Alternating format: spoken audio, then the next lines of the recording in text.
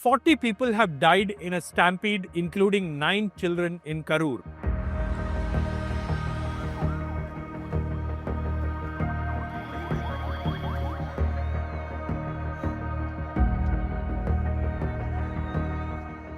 Anger is mounting against Tamilaga Vetri Kalagam and its president Vijay.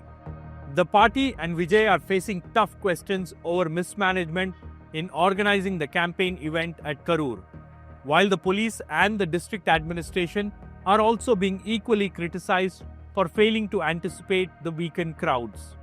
I'm at Karur and I will take you through the timeline of how things unfolded.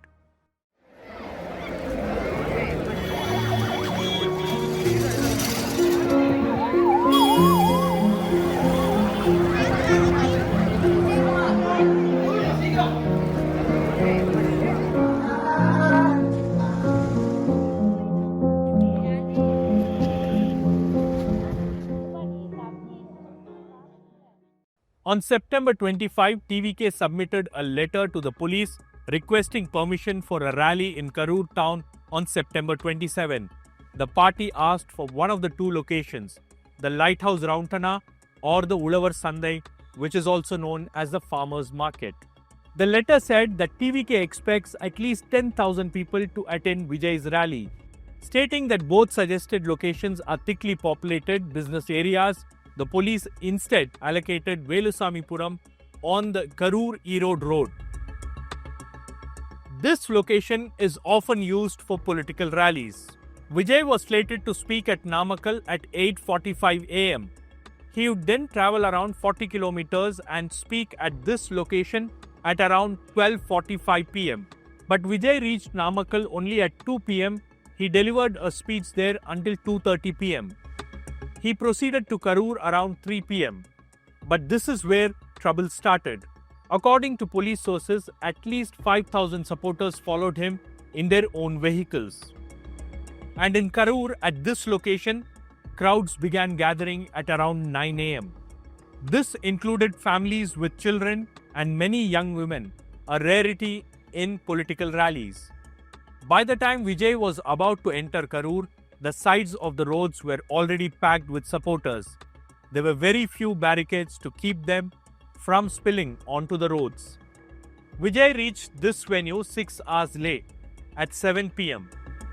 As his bus rolled in, people who had occupied both sides of the road were pushed back to make way for him.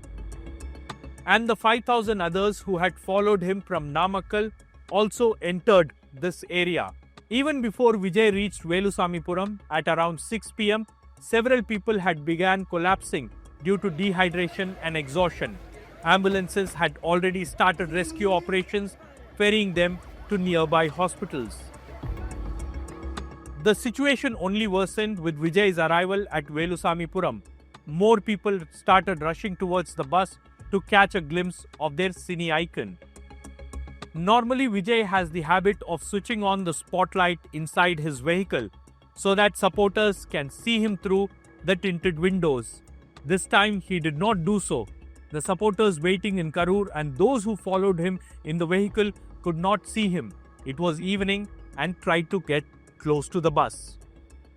With no place to stand, those who had been waiting began scaling nearby trees and small buildings, including tea shops.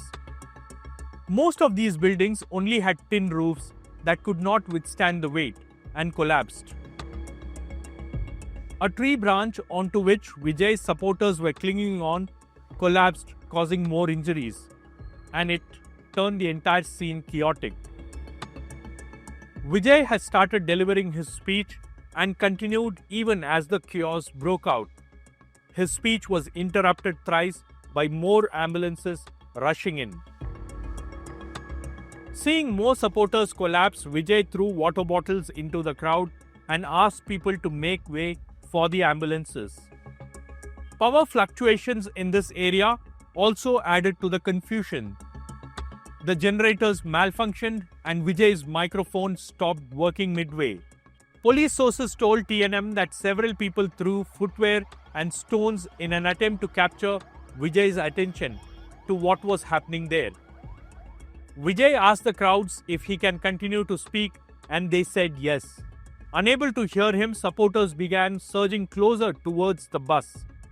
While TVK supporters have alleged that power supply was cut in the area, video footage and several eyewitnesses' accounts have emerged of people climbing transformers to get a better look at the TVK chief.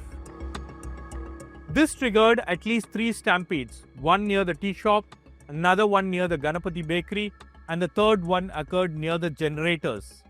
People who fell down were trampled on. As Vijay was leaving the venue, crowds tried to follow his bus, leading to another round of stampedes. I am joined by Abhishek, who's a News Minute reporter who has been here at the mortuary since morning. Abhishek, you have been meeting the family members of those who lost their loved ones in this tragedy. What are they saying, and who are these people? Most of these people are working class people who either just wanted to catch a glimpse of him, were curious. For example, the Brinda, who is a 22-year-old who just wanted to see him out of the curiosity because he was in Karur. She has a 2-year-old daughter who is actually turning 2 tomorrow. Her whole family was here. Then there was a 32-year-old Ramesh who again, out of curiosity, came. He had called his wife and told her that he'd be coming back at 7:30. He called her, and by 8, the news of the stampede had spread, and the families have been waiting here since then. Many have been waiting since 8. They have a lot of them complain that they have not been let into the mortuary to see the bodies, and many have also been angry at the politicians coming in because a lot of them have gone in and seen the victims while many have waited. Vijay's TVK has now claimed there was a conspiracy behind the incident. An FIR has been filed charging his party functionaries with culpable homicide. As politics will take over the discourse for scores of families, it's a tragedy that has forever changed their lives. In Karur, with Nitish and Abhishek, Shabbir Ahmed for the News Minute.